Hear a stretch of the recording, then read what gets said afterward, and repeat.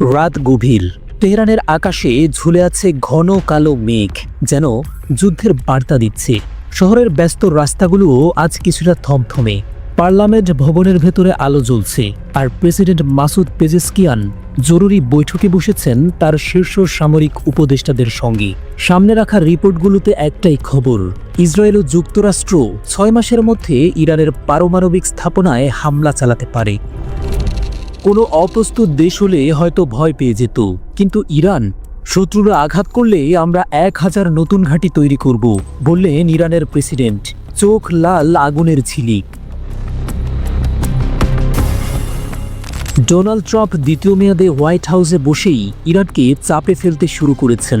নতুন করে নিষেধাজ্ঞা, সামরিক হুমকি এবং ইসরায়েলকে উস্কে দিয়ে তেহরানের পারমাণবিক কর্মসূচিকে ধ্বংসের পরিকল্পনা করা হচ্ছে। মার্কিন গণমাধ্যম ওয়াশিংটন পোস্ট জানিয়েছে, ইসরায়েল গোপনে একাধিক সামরিক হামলার ছক কষছে, কিন্তু এসব হুমকির তোয়াক্কা করছে না ইরান। দেশটির সর্বোচ্চ ধর্মীয় নেতা আয়াতুল্লাহ আলী খামেনি স্পষ্ট জানিয়ে দিয়েছেন, শত্রুরা যদি আমাদের পারমাণবিক স্থাপনায় হামলা চালায়, তাহলে আমরা শুধু প্রতিশোধ নেব না, বরং আরও শক্তিশালী হব।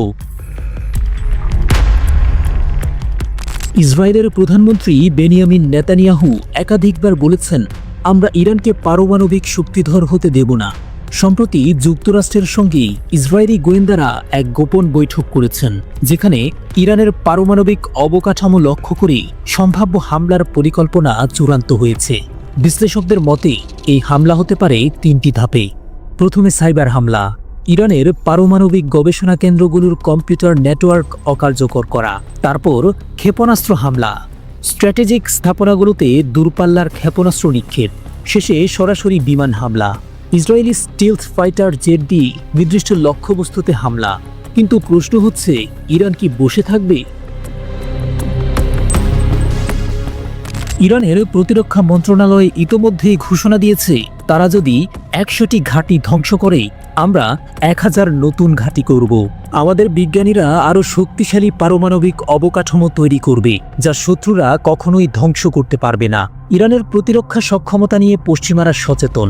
দেশটির ভূগর্ভস্থ সমরাস্ত্র শহর, অত্যাধুনিক ক্ষেপণাস্ত্র প্রযুক্তি এবং সামরিক মহড়ার মাধ্যমে ইরান বারবার দেখিয়েছে, তারা শুধু আত্মরক্ষা করবে না, বরং আঘাতও হানবে।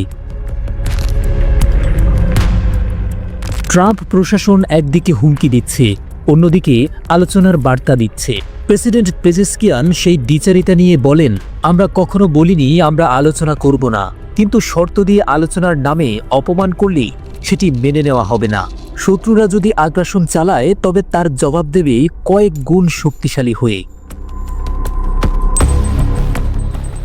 রাত বাড়ছে, তেহরানের সামরিক ঘাঁটিতে বাড়ছে তৎপরতা, আকাশে উঠছে যুদ্ধ বিমান, ভূগর্ভস্থ ঘাঁটিতে প্রস্তুত হচ্ছে নতুন ক্ষেপণাস্ত্র। ওয়াশিংটনে প্রেসিডেন্ট ট্রাম্প জাতীয় নিরাপত্তা দলের সঙ্গে গোপন বৈঠকে বসেছেন। বেনিয়ামিন নেতানিয়াহুর ফোন এসেছে মাত্র কয়েক মিনিট আগে। সকলেই জানে যুদ্ধ আসন্ন, শুধু সময়ের অপেক্ষা।